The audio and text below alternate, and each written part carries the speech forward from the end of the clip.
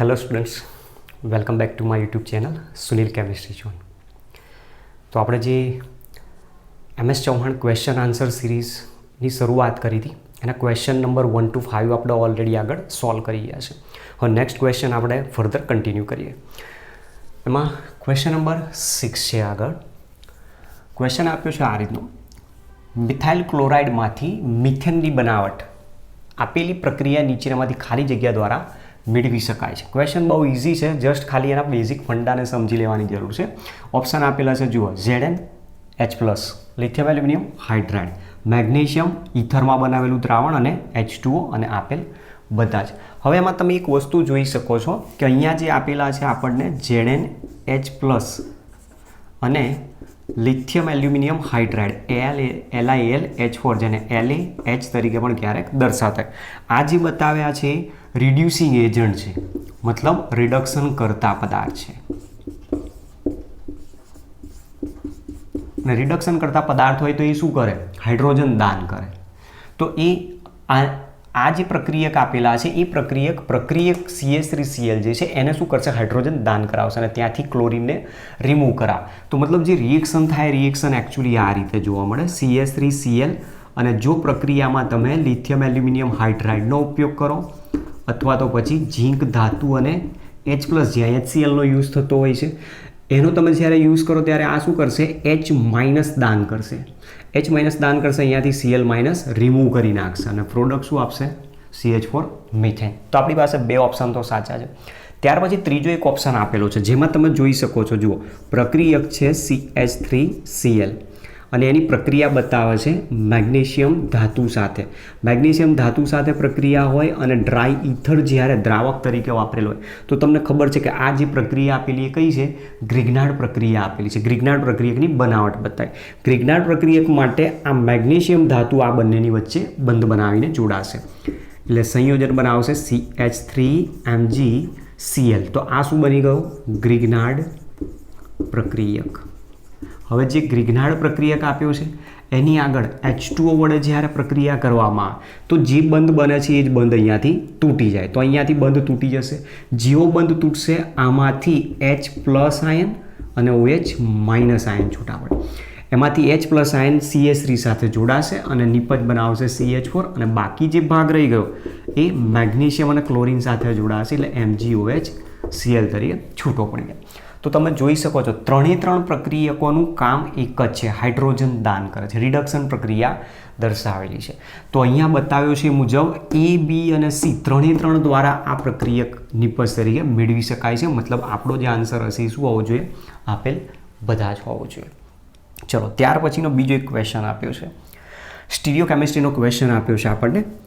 Normal બ્યુટેનનું chlorination સૂર્યપ્રકાશની હાજરીમાં જો કરવામાં આવે તો અહીંયા કીધું છે કે ઉપરોક્ત પ્રક્રિયામાં મોનોક્લોરિનેશનથી મળતી નિપજો, આ મેઇન ઇમ્પોર્ટન્ટ છે, અવકાશીય સમઘટકો સહિત, મતલબ ઇન્ક્લુડિંગ સ્ટીરિયો આઇસોમર્સ કહે છે. અહીંયા અવકાશીય સમઘટક ડેક્સ્ટ્રો અને લિયો રોટેટરી તરીકે આપણે જે બતાવીએ છીએ પ્રકાશ ક્રિયાશીલતાની દ્રષ્ટિએ, એવા અવકાશીય સમઘટકની અહીંયા વાત કરેલી છે. તો કુલ કેટલી હશે નિપજો? કુલ કેટલી હશે ઇન્ક્લુડિંગ સ્ટીરિયો આઇસોમર્સ? તો આપણે ચેક કરવાનું છે. નોર્મલ બ્યુટેન છે.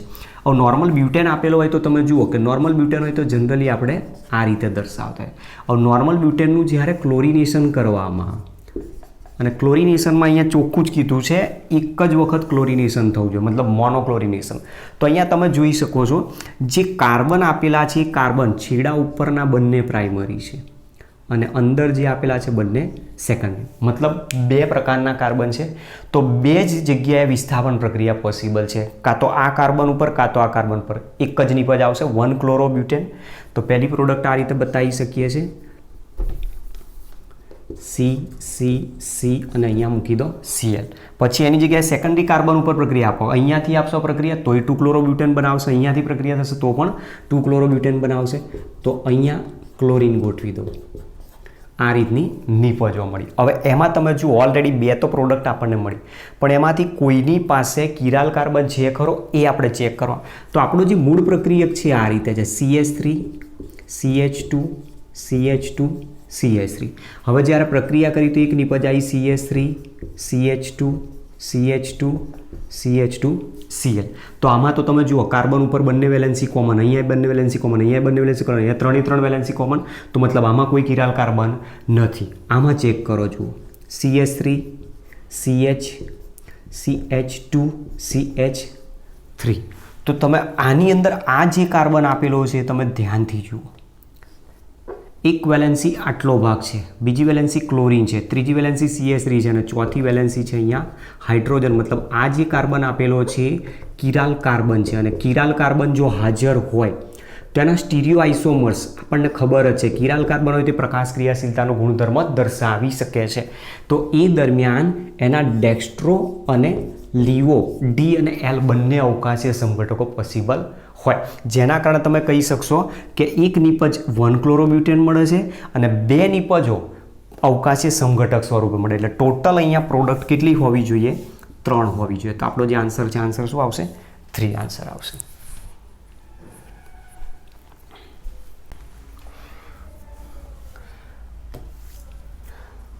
ક્વેશ્ચન નંબર 8 આપ્યો છે આગળ. ક્વેશ્ચન આ રીતે આપ્યો છે આપણને, ક્યુબેનનો ડીબી મતલબ ડબલ બોન્ડ ઇક્વિવેલન્ટ કેટલો? ક્યુબેન જેનું બંધારણ આપણને આ રીતે એક સમઘન સ્વરૂપે દર્શાવે છે, 3 ડાયમેન્શનલ બંધારણ છે. એના ઓપ્શન આપેલા છે, option A 4, option B 5, option C 6, option D 7. બરોબર. હવે એની અંદર તમે જુઓ જે ડીબીની વાત કરેલી છે, ડીબીને જ આપણે DU તરીકે નામ આપીએ છીએ, ડિગ્રી ઓફ અનસેચ્યુરેશન, અસંતૃપ્તતા અંશ જેને કહીએ છીએ, અથવા તો પછી એને હાઇડ્રોજન ડેફિશિયન્સી ઇન્ડેક્સ HDI તરીકે પણ નામ આપેલું છે.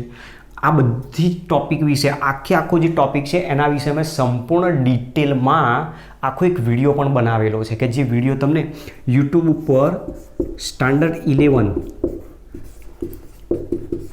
યુનિટ નંબર 12 જે આપેલો છે GOCનો ટોપિક, બરાબર, GOCના ટોપિકની અંદર તમે ચેક કરજો, સ્ટાન્ડર્ડ 11નું ચેપ્ટર નંબર 12 અને એમાં GOCનો જે ટોપિક બનાવેલો છે પ્લેલિસ્ટમાં, એમાં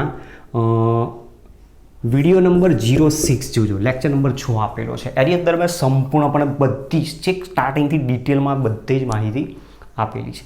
ટોપિકને હવે આપણે અહીંયા થોડો ઘણો સમજવાનો પ્રયત્ન કરીએ અને આનો આન્સર શું હશે, આન્સર પણ ચેક કરીએ. ચાલો તો જુઓ, ડીબી શોધવા માટેનો DU શોધવા માટેની અલગ અલગ મેથડ હોય છે. 3 મેથડ અહીંયા હું અલગ અલગ રીતે તમને સમજાવું. સૌથી પહેલેની ફોર્મ્યુલા પરથી મેથડ છે, ડીબી અથવા તો DU જેને કહીએ છીએ, ડીબી અથવા DU. તો એની ફોર્મ્યુલા જો આપેલી તો ફોર્મ્યુલા ઉપરથી કેવી રીતે શોધી શકાય?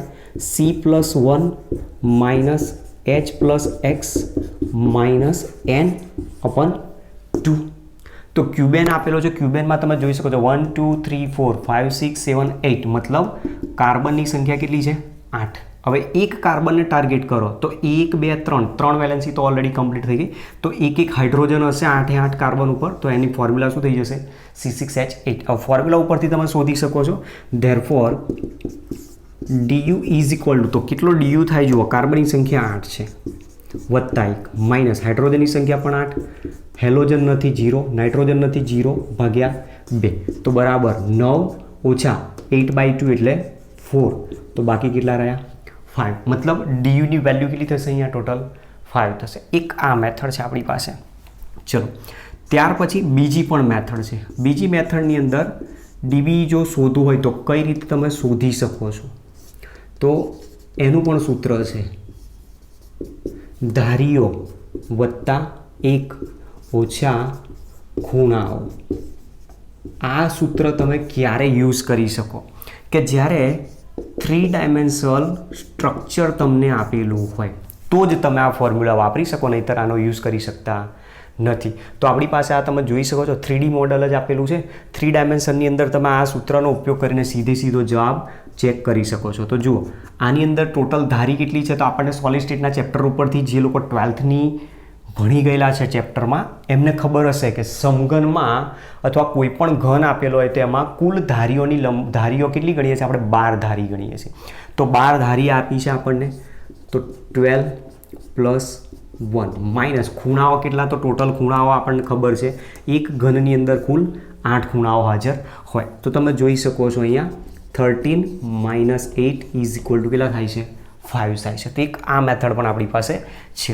સાથે સાથે આ ટોપિકની અંદર મેં ફંડામેન્ટલ એની ડેફિનેશન વિશે પણ સમજાવ્યું તો કે એકચ્યુઅલી ડીયુ શું ગણાતો હોય છે, એના ઉપરથી જ આપણે હાઇડ્રોજન ડેફિશિયન્સી ઇન્ડેક્સ બતાવેલો છે.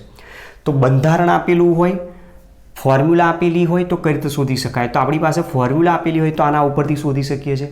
3 ડાયમેન્શનલી સ્ટ્રક્ચર આપેલું હોય તો આના પરથી શોધી શકીએ છીએ. અને સાથે સાથે બંધારણ જ્યારે આપેલું હોય તો બંધારણ ઉપરથી આપણે એકચ્યુઅલી ડીયુને ગણીએ છીએ શું? તો આપણો જે મેઇન ડીયુ જે બતાવેલો છે એ ડીયુ ડીબીઈ તરીકે જ્યારે દર્શાવતા હોય અથવા ડીયુ તરીકે જ્યારે દર્શાવતા હોય ત્યારે મેઇનલી જે બંધારણ આપેલું હોય તો બંધારણ ઉપરથી આપણે કઈ રીતે શોધીએ છીએ? એમાં ચક્રોની સંખ્યા વત્તા દ્વિબંધની સંખ્યા પરથી શોધીએ છીએ. આ એની બીજી એક ફોર્મ્યુલા હતી જે આપણે એના સ્ટ્રક્ચર બંધારણ તમને આપ્યું હોય તેના પરથી ડાયરેક્ટ તમે કહી શકો છો. દાખલા તરીકે તમારી પાસે સાયક્લોહેક્ઝેન આપેલો છે તો તમે ડાયરેક્ટ કહી શકો સાયક્લોહેક્ઝેનનો ડીબી કેટલો થશે? એક જ ચક્ર છે તેનો ડીબી વેલ્યુ 1 થશે. એની ફોર્મ્યુલા પરથી પણ શોધી શકો છો. સાયક્લોહેક્ઝીન હશે તો કેટલું થશે? ચક્રની સંખ્યા 1 છે, 1 પાઇબંધ છે એટલે 2 થઈ જશે. સાયક્લોહેક્સાડાઇન ગોઠવશો તો એક ચક્ર 2 પાઇબંધ છે તો ટોટલ થઈ જશે 3. બેન્ઝીન છે તો બેન્ઝીન માટે ટોટલ કેટલા થઈ જશે? તો ટોટલ આમાં કેટલા થઈ જશે? 4 થઈ જશે. એક ચક્રીય રચના અને 3 પાઇબંધ. સાથે સાથે એની ફંડામેન્ટલ ડેફિનેશન પણ આપણને એવું સમજાવ્યું કે જ્યારે બંધારણ ચક્રીય પ્રકારના બંધારણ દર્શાવેલા હોય ત્યારે એમાં કેટલા બંધ તોડવામાં આવે કે જેથી એ સંતૃપ્ત બિનચક્રીય સંયોજનમાં મતલબ નોન સાયક્લિક સ્ટ્રક્ચરમાં કન્વર્ટ થઈ શકે. એ જ એનો ડીયુ અથવા ડીબી પણ ગણી શકાય. દાખલા તરીકે તમે જુઓ બેન્ઝીનની જ જો વાત કરીએ તો બેન્ઝીનમાં મારે આને નોન સાયક્લિકમાં કન્વર્ટ કરવું છે તો મારે એક અહીંયાથી પાઇબંધ તોડી નાખવો પડશે, એક પાઇબંધ અહીંયાથી તોડી નાખવો પડશે, એક પાઇબંધ અહીંયાથી તોડી નાખો તો મતલબ 3 પાઇબંધ તો તમે ઓલરેડી તોડી નાખ્યા એટલે ત્યાં 3 તો મળ્યા. અને આને બિનચક્રીયમાં કન્વર્ટ કરવું છે તો આને પણ અહીંયાથી તોડી નાખો. જેવો તમે અહીંયાથી બંધ તોડી નાખશો એટલે ટોટલ કેટલા બંધ તમે તોડ્યા? 4 બંધ તોડ્યા. 4 બંધ તોડ્યા એટલે આ જુઓ ચક્ર પૂરું થઈ ગયું, અહીંયાથી ચક્ર કેન્સલ થયું તો બિનચક્રીય સંયોજન બની ગયો તો મતલબ બેન્ઝીનનો ડીયુ કેટલો થઈ ગયો? 4 થઈ ગયો. એવું આપણે ફોર્મ્યુલા ઉપરથી પણ ભણેલા છે. હવે એ જ વસ્તુ એની બંધારણ પરથી આપણે જે દર્શાવ્યું મુજબ આના પરથી પણ આપણે સમજી ગયા. તો હવે ક્યુબેન આપેલો છે, ક્યુબેનમાં બંધારણ ઉપરથી જો સમજવું હોય તો એના ડીબી 5 છે કે નહીં એ નક્કી કરીએ. જુઓ ધ્યાનથી સમજજો. હવે આને અહીંયાથી હું શું કરું છું? કોઈ પણ 2 બંધને પહેલાં અહીંયાથી બ્રેક કરી નાખું. કયા બંધ તોડી નાખું છું? તો એમાં તમે જુઓ એક આ બંધ તોડું છું અને એક આ બંધ તોડી નાખું છું. મતલબ આપણી આગળની જે 2 ધારી બતાવી છે એક આ અને એક આ એ બંનેને અહીંયાથી તોડી નાખ્યા. હવે જેવા એ 2 બંધ તૂટ્યા એટલે આપણી પાસે જે સ્ટ્રક્ચર હતું એ સ્ટ્રક્ચર હવે આ રીતે આવશે.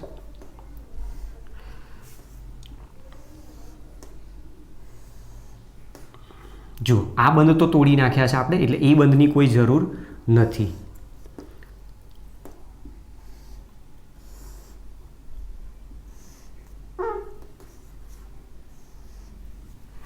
દેખાય છે ક્લીન? હવે એક આ બંધ તોડી નાખ્યો એટલે અહીંયાથી બોન્ડ બ્રેક થઈ ગયો. એક આ બંધ તોડ્યો અહીંયાથી બોન્ડ બ્રેક થઈ ગયો છે. તો આપણી પાસે એક આ રીતનું સ્ટ્રક્ચર પહેલાં મળ્યું. હવે ત્યાર પછી શું કરું છું? બીજા 2 બંધ તોડું છું. બીજા 2 બંધ કયા? તો એક આ પાછળનો બંધ તોડું છું અને બીજો એક આ પાછળનો બંધ તોડું છું. તો બીજા 2 બંધ તોડી નાખ્યા. જેવા બીજા 2 બંધ તોડીશ એટલે બંધારણ આપણી પાસે આ રીતનું સ્ટ્રક્ચર આવે છે. જુઓ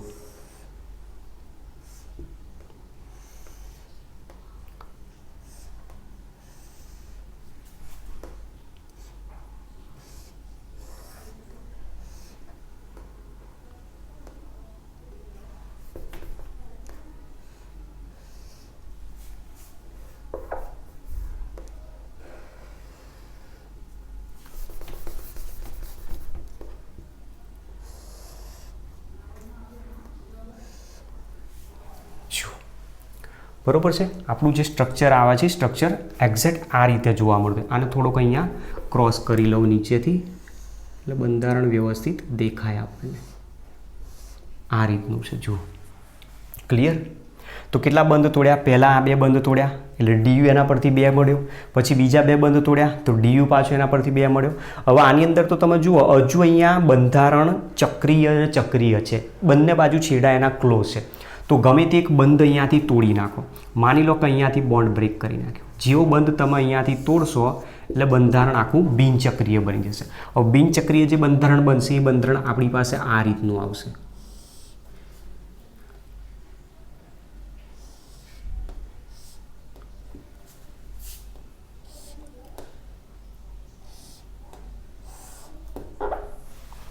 જો આ રીતનું બંધારણ થઈ જાય 1 2 3 4 5 6 7 અને 8 કાર્બન, જેમાં 8 કાર્બન ધરાવતી નોર્મલ ઓક્ટેન રચના આપણને મળી શકે. તો એમાં તમે જુઓ કુલ કેટલા બંધ તોડ્યા, 2 4 ને 1 5 બંધ તોડી નાખ્યા છે. ક્લિયર? 5 બંધ તોડ્યા એટલે જેટલા બંધ તમે તોડો છો એ જ એનો DBE કહેવાય. એ એની ફંડામેન્ટલ ડેફિનેશન જ્યારે ચક્રીય બંધારણ આપેલા હોય એના માટે વપરાતી હતી. અને એટલા માટે આપણો આન્સર 3 રીતે જો જોવા જઈએ તો અહીંયા કેટલો બતાવે છે, 5 દર્શાવે છે. તો આ ક્વેશ્ચન આપણે ખાસ ધ્યાન રાખવાના છે આ પ્રકારના. ઓકે, ચલો નેક્સ્ટ ક્વેશ્ચન ઉપર જઈએ. Question number 9. CH4 + Cl2 gives, મતલબ મિથેનની ડાયક્લોરિન સાથેની પ્રક્રિયા સૂર્યપ્રકાશની હાજરીમાં કરતાં ક્લોરોમિથેન અને HCl છૂટો પડે છે. હવે કહે છે કે પ્રક્રિયામાં વધુ પ્રમાણમાં CH3Cl મેળવવા, મતલબ મેઇન પ્રોડક્ટ આપણી પાસે જે CH3Cl છે એનું વધુ પ્રમાણ મેળવવા માટે CH4 થી Cl2નું પ્રમાણ કેટલું હશે, એનો મતલબ કે અહીંયા આપણને રેશિયો દર્શાવેની વાત કરેલી છે CH4 to Cl2. હવે રેશિયો મતલબ એમાંથી કોનું પ્રમાણ કેટલું રાખી શકો તમે, વધારે કોનું પ્રમાણ રાખશો, કોનું પ્રમાણ ઓછું રાખશો અથવા કોનું પ્રમાણ સરખું રાખશો એના ઉપર ડિપેન્ડેડ છે આન્સર. ઓપ્શન કીધો છે ઊંચું પ્રમાણ હોવું જોઈએ, નીચું પ્રમાણ હોવું જોઈએ, સરખું હોવું જોઈએ અથવા કહી શકાય નહીં. મતલબ અહીંયા કોના સંદર્ભમાં કહેવા માંગે છે, CH4ના સંદર્ભમાં. કે CH4ના સંદર્ભમાં અહીંયા તમારે પ્રમાણ કેટલું હશે તો વધુ પ્રમાણમાં CH3Cl મેળવી શકો. હવે આ વસ્તુ સમજવા જેવી છે. જો આપણી પાસે જે આલ્કાઇલ હેલાઇડ આપેલો છે, જે નિપજ મળી એમાં અહીંયા આપણી પાસે મેઇન છે પહેલો તો CH4 અને Cl2 વચ્ચે પ્રક્રિયા થાય છે.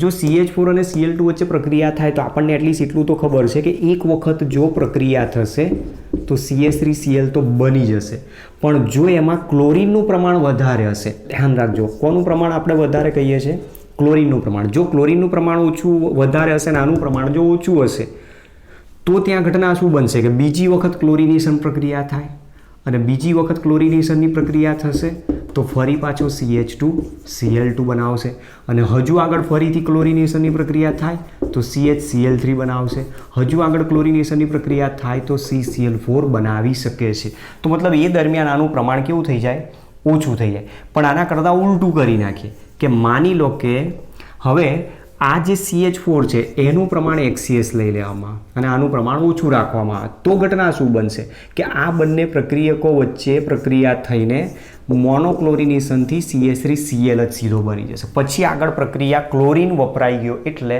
ક્લોરીનનું પ્રમાણ હવે વધારે છે નહીં તો ક્લોરિનેશન ફરી આગળ ફર્ધર પોસિબલ નથી. તો એનો મતલબ તમે કહી શકો કે મિથેનનું પ્રમાણ અહીંયા કેવું હોવું જોઈએ, વધુ હોવું જોઈએ. મતલબ કે મિથેન કેવો પ્રમાણમાં લેવો પડશે, ઊંચા પ્રમાણમાં. કોની સાપેક્ષમાં, ક્લોરીનની સાપેક્ષમાં. ચલો તો આ આન્સર છે આપણો. ત્યાર પછી આ ક્વેશ્ચન આપણે ઓલરેડી આગળ હમણાં સમજી ગયા. Question number 10. ક્યુબેનને બિનચક્રીય બંધારણમાં પરિવર્તિત કરવા કેટલા બંધ તોડવાની જરૂર પડશે? ઓપ્શન મેં અહીંયા લખેલા નથી, બરોબર છે. ઓપ્શન શું છે તો ઓપ્શન તમે સામાન્ય રીતે જોવા જાઓ તો અહીંયા ઓપ્શન લખી નાખીએ. ચલો ઓપ્શન એના જે છે એના ઓપ્શન આપેલા છે 2 3 4 અને 5. તો તમને એટલીસ્ટ એટલું તો ખબર છે કે કેટલા બંધ તોડીએ તો આવું બંધારણ મળે છે. તો જુઓ પહેલાં આ 2 બંધ અહીંયાથી તોડવાની વાત કરી તો 2 બંધ અહીંયાથી પહેલાં તોડી નાખ્યા, ક્લિયર. ત્યાર પછી એક બંધ આ પાછળનો તોડ્યો, ત્યાર પછી બીજો એક આ બંધ પાછળનો તોડી નાખ્યો અને ત્યાર પછી એક આ બંધ તોડી નાખ્યો. જેવો તમે આટલા બંધ તોડી નાખશો એટલે ઓટોમેટિક આ સ્ટ્રક્ચર આવી જાય છે. એટલે આપણે આગળ જોઈ જ ગયા હતા કે કેટલા બંધ તોડીએ છીએ તો નોન સાયક્લિક સ્ટ્રક્ચર્સ મળે છે આપણને 5 બંધ તોડવાથી. તો આ પ્રમાણે આપણી પાસે આ બીજો એક ક્વેશ્ચનનો આન્સર છે. એટલે આન્સર અહીંયા શું આવશે, ડી આન્સર આવશે.